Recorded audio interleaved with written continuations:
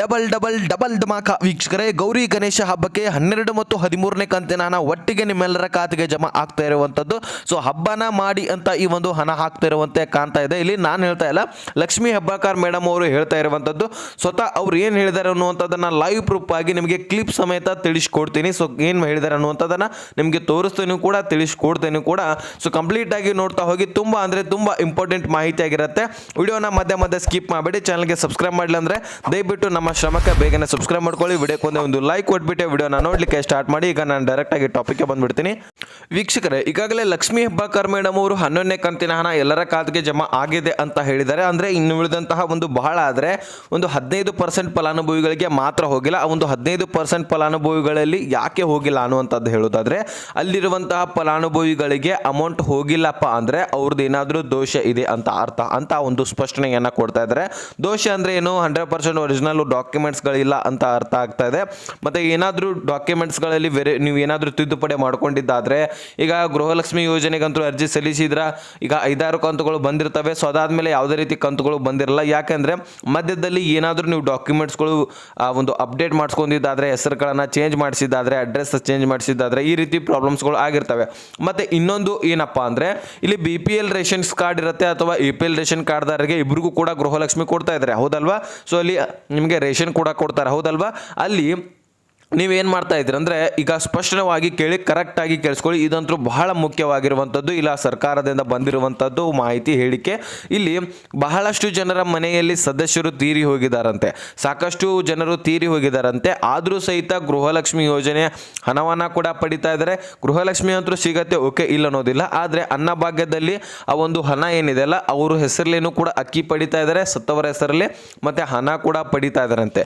ಮರಣ ಹೊಂದಿರುವಂತಹ ಅವರ ಹೆಸರಲ್ಲಿ ಅಕ್ಕಿನೂ ಕೂಡ ಪಡೆದಿದ್ದಾದರೆ, ಹಣನೂ ಕೂಡ ಪಡೆದಿದ್ದಾದರೆ, ನಿಮ್ಮ ಒಂದು ರೇಷನ್ ಕಾರ್ಡ್ನಲ್ಲಿ ಅವರ ಸದಸ್ಯರ ಹೆಸರನ್ನು ತೆಗೆದಾಕ್ಬಿಡಿ. ಅದುವರೆಗೂ ಕೂಡ ನಿಮಗೆ ಈ ಒಂದು ಗೃಹಲಕ್ಷ್ಮಿನೂ ಕೂಡ ಬರಲ್ಲ, ಅನ್ನಭಾಗ್ಯ ಯೋಜನೆಯಲ್ಲಿ ಅಕ್ಕಿ ಕೂಡ ಸಿಗಲ್ಲ ಅವ್ರ ಹೆಸರಲ್ಲೇ.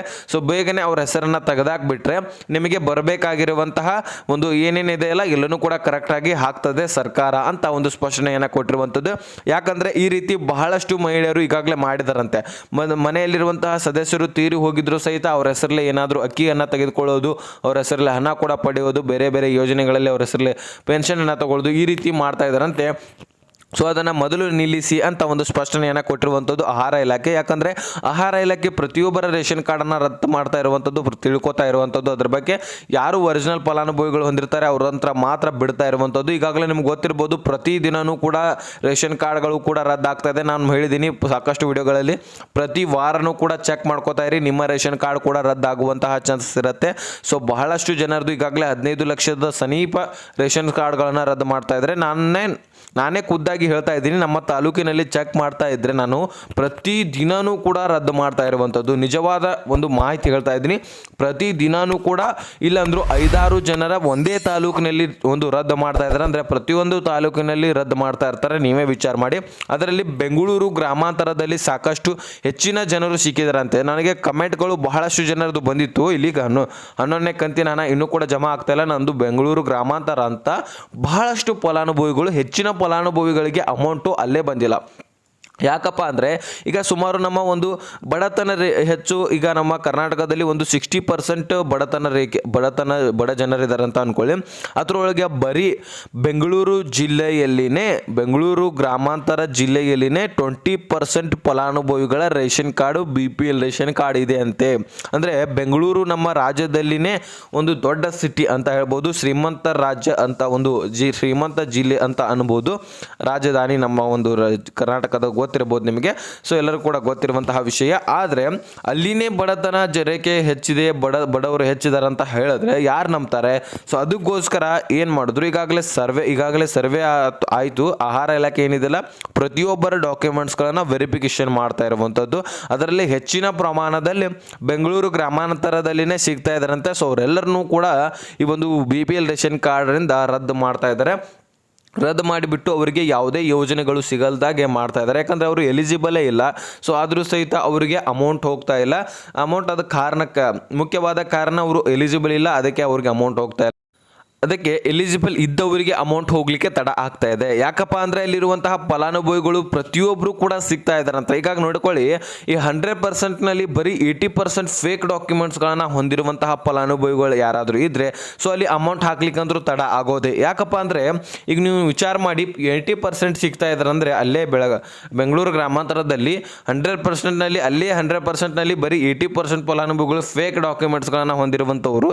ಸೊ ಅವರೆಲ್ಲರನ್ನೂ ಕೂಡ ರದ್ದು ಮಾಡಬೇಕಲ್ವಾ BPL ರೇಷನ್ ಕಾರ್ಡನ್ನು, ಅದಕ್ಕೋಸ್ಕರ ಟೈಮ್ ಹಿಡಿಯುತ್ತೆ. ಸೊ ಅವರೆಲ್ಲರೂ ಕೂಡ ತೆಗೆದಾಕ್ಬಿಟ್ಟು ಸೊ ಯಾರು ಒರಿಜಿನಲ್ ಫಲಾನುಭವಿಗಳಿದ್ದಾರೆ ಸೊ ಅವ್ರಿಗಷ್ಟೇ ಸಪ್ರೇಟಾಗಿ ಅಮೌಂಟನ್ನು ಹಾಕುವಂತಕ್ಕೆ ಒಂದು ಟೈಮ್ ಬೇಕಾಗುತ್ತೆ. ಸೊ ಅದಕ್ಕೋಸ್ಕರ ಅಮೌಂಟ್ ಹಾಕ್ತೀವಂತೂ ಹೇಳಿದ್ದಾರೆ. ಸೊ ಅಮೌಂಟ್ ಹಾಕ್ತಾ ಇದ್ರೂ ಕೂಡ ಸೊ ಅದಕ್ಕೋಸ್ಕರ ಟೈಮ್ ಬೇಕು ಅಷ್ಟೇ. ಯಾಕಂದರೆ ಅಲ್ಲಿರುವಂತಹ ಫಲಾನುಭವಿಗಳು ಭಾಳಷ್ಟು ಫೇಕ್ ಫಲಾನುಭವಿಗಳು ಸಿಗ್ತಾ ಇದ್ದಾರೆ. ಅವರೆಲ್ಲರೂ ಕೂಡ ತೆಗೆದಾಕ್ಲಿಕ್ಕೆ ಟೈಮ್ ಅಂತೂ ಬೇಕೇ ಬೇಕು.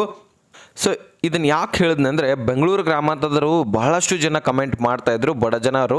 ಸೊ ಅವ್ರಿಗೆಲ್ಲರಿಗೂ ಕೂಡ ಒಂದು ಕ್ಲಾರಿಟಿ ಸಿಗಬೇಕಲ್ಲ, ಅದಕ್ಕೋಸ್ಕರ ಈ ಒಂದು ಅದ್ರ ಬಗ್ಗೆ ನಾನು ಬೆಂಗಳೂರು ಗ್ರಾಮಾಂತರದ ಬಗ್ಗೆನೇ ಒಂದು ಸ್ವಲ್ಪ ಕ್ಲಾರಿಟಿ ಕೊಟ್ಟಿದ್ದೀನಿ. ಸೊ ಈಗ ವೀಕ್ಷಕರೇ, ಈ ಒಂದು ಲಕ್ಷ್ಮೀ ಹೆಬ್ಬಾಳ್ಕರ್ ಮೇಡಮ್ ಅವರು ಏನು ತಿಳಿಸಿದ್ದಾರೆ, ಗೌರಿ ಗಣೇಶ ಹಬ್ಬಕ್ಕೆ ಏನಿದು ವಿಶೇಷ ಅಂತ ನೀವು ಕೇಳ್ಬೋದು. 4,000 ಒಟ್ಟಿಗೆ ಬರ್ತಾ ಇದೆ ಕಣ್ರಿ, ಮತ್ತೇನಿಲ್ಲ. ಸೊ ಗಣೇಶ ಹಬ್ಬವನ್ನು ಜೋರಾಗಿ ಮಾಡ್ಬೋದು ನೀವು. 4,000 ಯಾವ ರೀತಿಯಾಗಿ ಬರ್ತಾ ಇದೆ ಅಂದರೆ ಒಟ್ಟಿಗೆ ನಿಮಗೆ ಅಂದರೆ 4,000 ಜಮಾಗಲ್ಲ, 2,000 ರೂಪಾಯಿ 2,000 ರೂಪಾಯಿ ಸತತವಾಗಿ ಇಂದು ಜಮಾ ಆದರೆ ಇಂದು ಜಮಾ ಆದರೆ ನಮ್ಗೆ 2,000 ರೂಪಾಯಿ, ಇನ್ನೊಂದೆರಡು ದಿವಸ ಬಿಟ್ಟು ಮತ್ತೆ 2,000 ರೂಪಾಯಿ ಜಮಾ ಆಗುವಂತಹ ಚಾನ್ಸಸ್ ಇರುತ್ತೆ. ಡಿವೈಡ್ ಆಗಿ ಜಮಾ ಆಗುವಂಥದ್ದು ನಿಜಾನೇ, ಆದರೆ ಒಟ್ಟಿಗೆ ಒಮ್ಮೆಲೆ ಜಮಾ ಆಗತ್ತೆ, ಒಂದೇ ವಾರದಲ್ಲಿ ಜಮಾ ಆಗತ್ತೆ ಅಂತ ಒಂದು ಸ್ಪಷ್ಟನೆಯನ್ನು ಕೊಟ್ಟಿರುವಂಥದ್ದು ಲಕ್ಷ್ಮೀ ಹೆಬ್ಬಾಳ್ಕರ್ ಮೇಡಮ್ ಅವರು.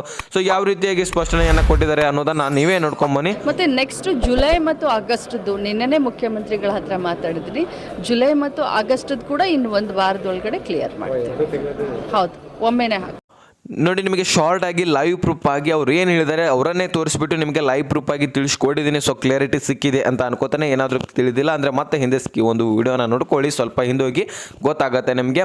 ಮುಖ್ಯಮಂತ್ರಿ ಅವರ ಹತ್ರ ಮಾತನಾಡಿದಾರಂತೆ, ಇನ್ನೆರಡು ಒಂದು ಕಂತುಗಳನ್ನು ಜುಲೈ ಮತ್ತು ಆಗಸ್ಟ್ದು ಸೊ ಒಟ್ಟಿಗೆ ಹಾಕ್ತಾರೆ ಅಂತ ಹೇಳಿದ್ದಾರೆ. ಯಾಕಂದರೆ ಜೂನ್ ಅಮೌಂಟ್ ಹಾಕಿದ್ದಾರೆ, ಈಗ ಜುಲೈದು ಮತ್ತು ಆಗಸ್ಟ್ದು ಕೂಡ ಹಾಕಬೇಕಲ್ವ. ಈಗ ಆಗಸ್ಟ್ ಕೂಡ ಮುಗ್ಲಿಕ್ಕೆ ಬಂತು.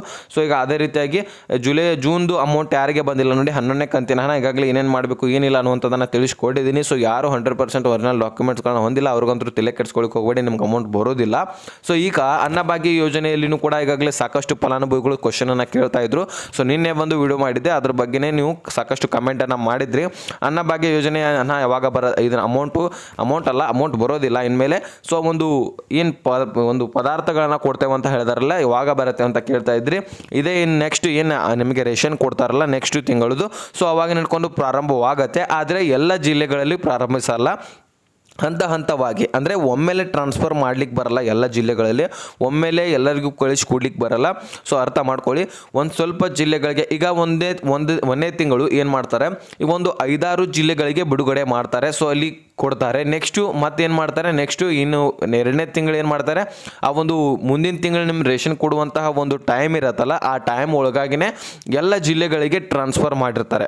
ಎಲ್ಲ ಜಿಲ್ಲೆಗಳಿಗೆ ಟ್ರಾನ್ಸ್ಫರ್ ಮಾಡಿರ್ತಾರೆ. ಅದರಲ್ಲಿ ಯಾವ್ಯಾವ ಜಿಲ್ಲೆಗಳು ಉಳಿದಿರ್ತಾವೆ ನೋಡಿ, ಮತ್ತು ಮುಂದಿನ ತಿಂಗಳು ಟೋಟಲ್ ಆಗಿ 2ರಿಂದ 3 ತಿಂಗಳ ಒಳಗಾಗಿನೇ ಎಲ್ಲರ ಒಂದು ನಿಮ್ಮ ಒಂದು ರೇಷನ್ಗಳಿಗೆ ನಿಮ್ಮ ಒಂದು BPL ರೇಷನ್ ಕಾರ್ಡ್ ಅಥವಾ APL ರೇಷನ್ ಕಾರ್ಡ್ ಇರ್ತಾವಲ್ಲ, ಸೊ ಅವರೆಲ್ಲರಿಗೂ ಕೂಡ ಸೇರುವ ಹಾಗೆ, ನಿಮ್ಮ ನ್ಯಾಯಬೆಲೆ ಅಂಗಡಿಗೆ ಸೇರುವ ಹಾಗೆ ಒಂದು ಕ್ರಮವನ್ನು ಕೈಗೊಳ್ತೇವಂತ ಒಂದು ಸ್ಪಷ್ಟನೆಯನ್ನು ಇಲ್ಲಿ KH ಮುನಿಯಪ್ಪನವರು ಕೊಟ್ಟಿರುವಂಥದ್ದು. ಸೊ ಅವರು ಕೂಡ ಹೇಳಿದ್ದಾರೆ, ಈಗಾಗಲೇ 93% ಅವರು ಏನು ಮಹಿಳೆಯರು ಇರ್ತಾರಲ್ಲ, ಜನರು ಏನಿದಾರಲ್ಲ, ಬರೀ ನಮಗೆ ಪದಾರ್ಥಗಳೇ ಬೇಕಂತ ಒಂದು ಸ್ಪಷ್ಟನೆಯನ್ನು ಕೊಟ್ಟಿರುವಂಥದ್ದು. ಹಣದ ಬದಲಾಗಿ ಎಣ್ಣೆ ಕೊಡಿ, ಬೇಳೆ ಕೊಡಿ, ಸಕ್ಕರೆ ಕೊಡಿ ಅಂತ ಕೇಳಿರುವಂಥದ್ದಂತೆ.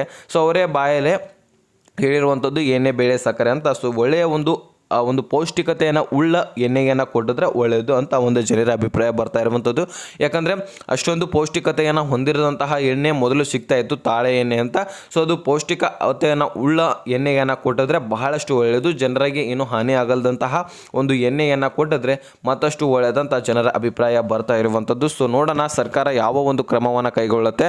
ಸೊ ಕೊಡೋದಂತೂ 100% ನಿಜ ಆಗಿದೆ, ಪದಾರ್ಥಗಳನ್ನೇ ಕೊಡ್ತೇವಂತ 100% ಹೇಳಿಬಿಟ್ಟಿದ್ದಾರೆ. ಸೊ ಆದರೆ ಯಾವ್ಯಾವ ಪದಾರ್ಥ ಪದಾರ್ಥಗಳನ್ನು ಕೊಡ್ತೇವೆ ಅಂತಲೂ ಕೂಡ ಹೇಳಿದ್ದಾರೆ. ಬೇಳೆ ಎಣ್ಣೆ ಮತ್ತು ಸಕ್ಕರೆ ಅಂತಲೂ ಹೇಳಿದ್ದಾರೆ. ಮತ್ತು ಎಕ್ಸ್ಟ್ರಾ ಯಾವ ಒಂದು ಪದಾರ್ಥಗಳನ್ನು ಕೊಡ್ತಾರಾ ಅಥವಾ ಇಲ್ವಾ, ಇದೇ ಪದಾರ್ಥಗಳನ್ನು ಕೊಟ್ಟಿದ್ರೆ ಒಳ್ಳೆ ಪದಾರ್ಥಗಳನ್ನು ಕೊಡ್ತಾರಾ ಇಲ್ವಾ ಅನ್ನುವಂಥದ್ದನ್ನು ಸೊ ನಮ್ಗೆ ಬಂದ ಮೇಲೆ ಗೊತ್ತಾಗುತ್ತೆ. ಬಂದ ಮೇಲೆ ನಾವು ಮತ್ತೊಂದು ವಿಡಿಯೋದಲ್ಲಿ ನಿಮಗೆ ಕ್ಲಾರಿಟಿ ಕೊಡ್ತಾ ಇರ್ತೀವಿ. ಸೊ ಅದಕ್ಕೆ ನೀವು ಏನು ಮಾಡ್ಬೇಕು ಹೇಳಿ, ಚಾನಲ್ನ ಸಬ್ಸ್ಕ್ರೈಬ್ ಮಾಡ್ಕೊಂಡು ಇಟ್ಕೋಬೇಕು, ನೋಟಿಫಿಕೇಶನ್ ಕೂಡ ಆಲ್ ಅಂತ ಸೆಟ್ ಮಾಡ್ಕೋಬೇಕು. ಇದೇ ರೀತಿಯಾದಂತಹ ಮಾಹಿತಿಗಳು ನಿಮಗೆ ನೋಟಿಫಿಕೇಶನ್ ಮುಖಾಂತರ ಸಿಗುತ್ತಾ ಇರ್ತಾರೆ, ಅಲ್ಲಿಂದ ನಿಮಗೆ ತಿಳ್ಕೊಬೋದು ವೀಕ್ಷಕರೇ. ಸೊ ಇದೊಂದು ಮಾಹಿತಿ ಅರ್ಥ ಆಗಿದ್ರೆ ಮತ್ತೆ ಮುಂದಿನ ಮಾಹಿತಿ ಸಿಗೋಣ. ಸೊ ಅಲ್ಲಿ ತನಕ ಬೈ ಬೈ ಟೇಕ್ ಫ್ರೆಂಡ್ಸ್.